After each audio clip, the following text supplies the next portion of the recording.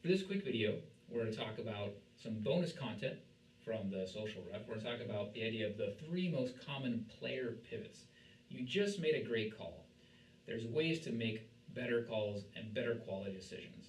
Your engagement, your positioning, your movement, your signaling, and becoming the scoreboard. But you make that great call. Now, part of being a referee is dealing with the blowback of that call. We talk a lot about in the book about CAP, conflict, adversity, passion. One of the ideas of adversity is not just arguments and insults, but ideas that the adversity can also be player pivots. Situations where players don't even focus on the call you just made, but try and throw you totally off your game and take the conversation to a different place. There's 3 very common player pivots. A pivot would be a response from a player that tries to push you or throw you off your initial decision without even talking about the decision you just made. The 3 most common ones are the proximity pivot, sometimes the position pivot, i.e. you weren't even close enough or you weren't in the right spot to make that call, so how could you have made that call? The whataboutisms, the what about. You just made that call, well, what about that call 10 minutes ago you didn't make? You called me for pass interference. Why didn't you call pass interference when I got tackled in the end zone? And 3, one of the most common ones, last week's ref, or LWR. So let's briefly go through all 3 of them and learn a little bit more about them. The proximity pivot. You'll hear this all the time. It's like human nature. That wasn't your call to make. How could you even have seen that? You were way too far away. If you're working a league with multiple referees and umpires, you will get this very, very often. That umpire, that referee was way closer. They didn't call it. Why did you call it? Now, sometimes they might have a very good point. Oftentimes, this is just another way of trying to throw you off your game. If you engage back and forth with these ideas of, well, I was further away, but or there's lots of ways you can just drag down and get thrown off your game. One quick idea to think about is that really a great pivot back is don't focus on distance, focus on the idea of the angle. Yeah, I actually was a little bit further away, but I had the better angle. We can talk more in great detail about ways I can show you where referees that are much further away from certain action in certain sports actually should be the ones to make the call. You don't want to get into that back and forth with a player, but go with the angle. You can have a bad pivot back. Yeah, you use an absolute qualifier. Yeah, I was far away, but it was so obvious. I mean, everybody saw it. That's not a good pivot back. For all these pivots, you want to have a pivot back in your back pocket. When we talk about the script sheet as part of your ref journal, you should know that these 3 player pivots are coming. A good pivot back is, I had a good angle. I had a better angle. Hey, that umpire was closer. That referee was closer. He was, but I had the better angle. Focus on the idea of angle and not on the idea of closeness. Close, far is irrelevant to how well you saw the play. If you saw the play, it's your decision, it's your call to make. Don't get back and forth about positioning, where you should have been, where that other umpire was. Talk about the angle, talk about what you saw. Whataboutisms, the second main player pivot. An instant reaction is talking about a different play that happened earlier in the game that oftentimes a player thinks is the same thing you just called. And sometimes it is, and a lot of times it isn't. So, hey, you just called me for that really bad obstruction at second base. What about that time in the second inning when somebody obstructed me at second base? You'll hear this over and over and over again. Don't get dragged into past plays that happened.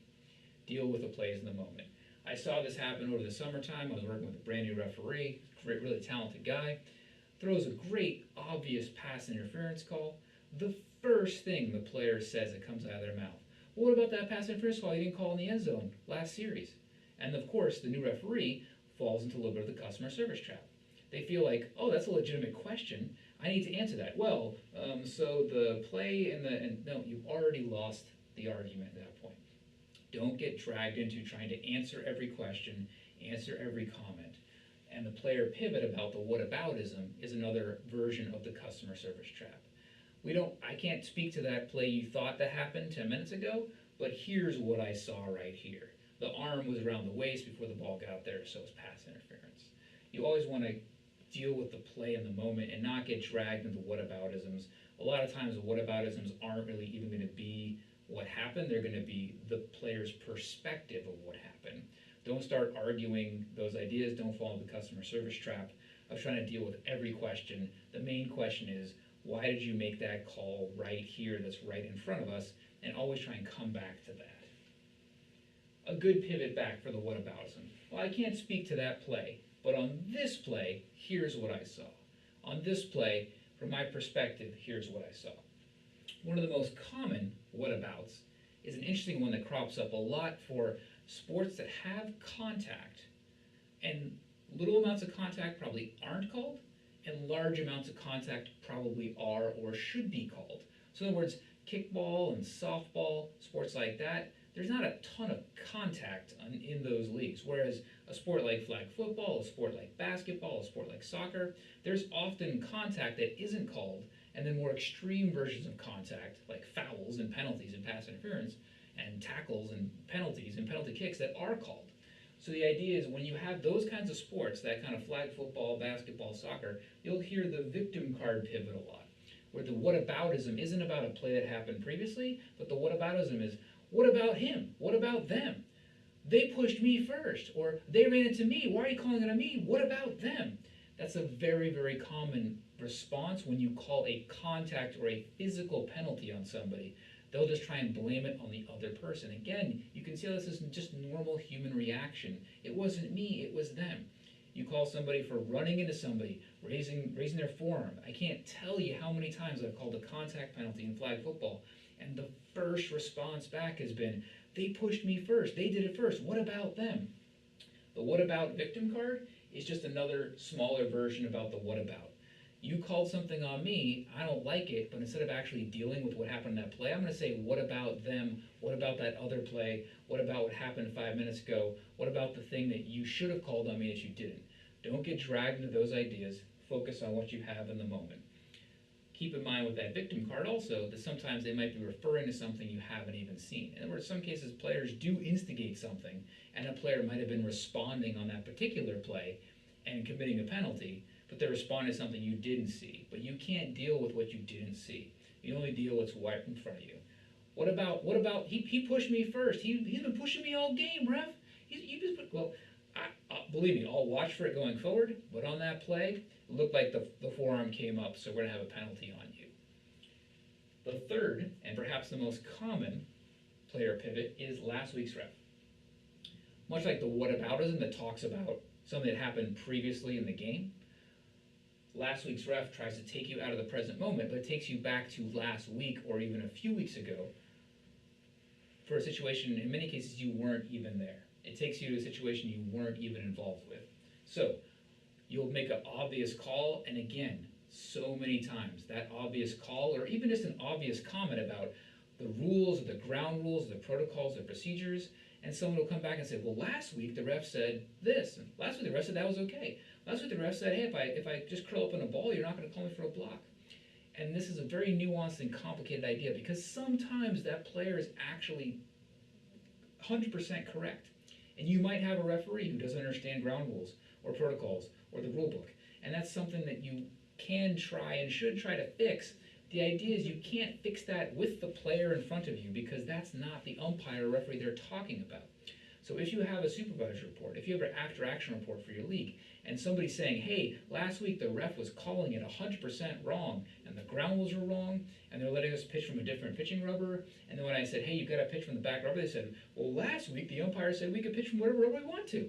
And by the way, the umpire might have said that, but you can't do anything about that in the moment. Okay, well, hey, I wasn't here last week, but this week we're going to pitch from this rubber. And I'll talk to the office, I'll talk to the league coordinator about making sure that that umpire understands it. You don't want to undermine and sell out last week's ref, not just because it's just bad form, because a lot of time, like the game of telephone you play as a kid in camp, you're getting a different version of what actually happened last week. So if you take it at 100% face value, you're not doing yourself any favors, and you're also selling out your other fellow umpires and referees. You wouldn't want someone to sell you out next week based on what you're doing in the current week. So be very careful about making a blanket assumption that everything a player tells you about a play that happened last week is 100% accurate. A lot of times they get bits and pieces, and after a week's time, in their mind, the play isn't exactly quite the way they explained it, or the protocol, or the ground rules, or the ruling that they made, or the rule they referenced. There's a lot of confusion there. So what you want to do is just not necessarily ignore last week's ref, because in some cases last week's ref is wrong, And sometimes those things can be fixed, but you just want to address it in the right way. Find a way to talk to the league, find a way to submit the problem or the comment the player has. But again, go back to the play in the moment. I can't speak to the ref from last week, but this week, here's what we're going to do. Or I can't speak to what the umpire said last week, but right now, here's what we're going to do this week. Also understand that there's the idea of snowflake plays. When people start coming to you and asking you to explain hypothetical plays. Well, hypothetically, let's say if a player is running like this and I put my arm up like this, those are very, very dangerous plays to get into. A lot of times the player is asking you that because, again, they're trying to undermine the referee from last week. Now, if someone comes up to you and says, hey, can you explain flag guarding to me? Can you explain a slide tackle? Can you explain charging? Those could be legitimate questions about just new players trying to understand your league. If a player comes up with a very, very specific hypothetical play that I call snowflake play, because I say to players, hey, no two plays are alike. I have to see the play. That's my out, because I don't want to answer hypotheticals. In most cases, those hypotheticals are to try and undermine a call that somebody didn't like the week before or the game before. And maybe you were involved, and maybe you weren't. But in general, you want to deal in the moment and not deal with second-hand and third-hand information, what somebody thinks the referee called last week. So don't get dragged into hypothetical snowflake plays. And don't get dragged in the idea that last week's ref is some raging idiot who doesn't know how to umpire.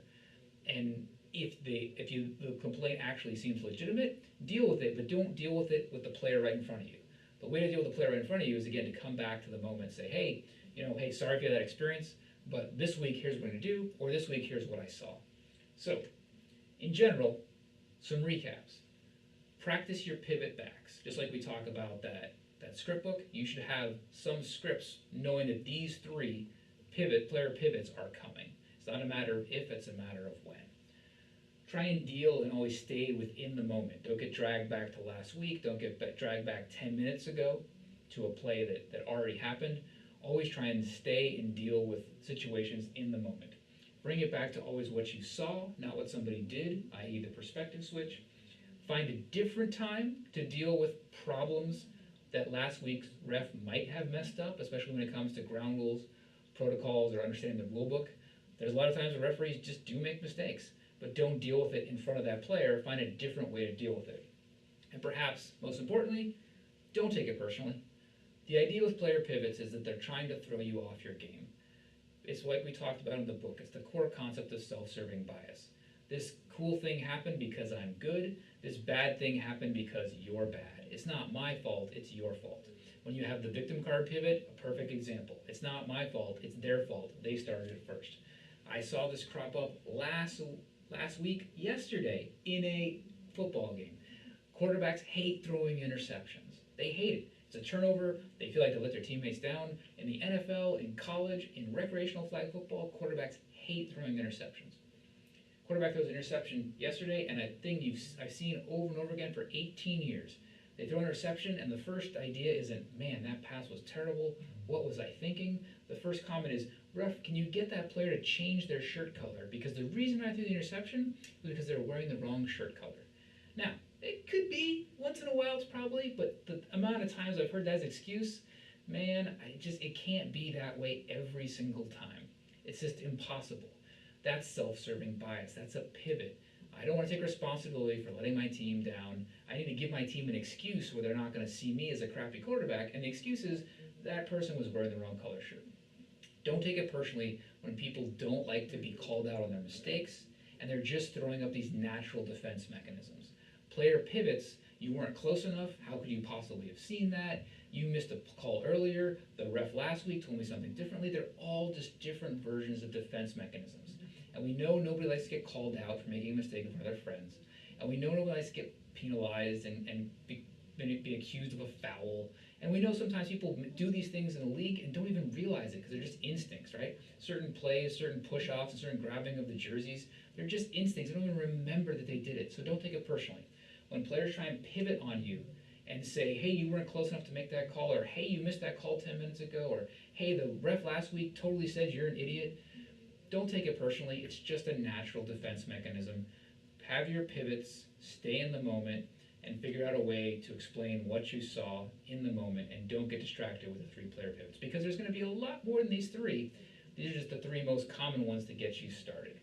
So think about those ideas, think about ways to deal with the player at the right time, think about ways to deal with last week's ref at the right time, and don't take it personally. It's human nature.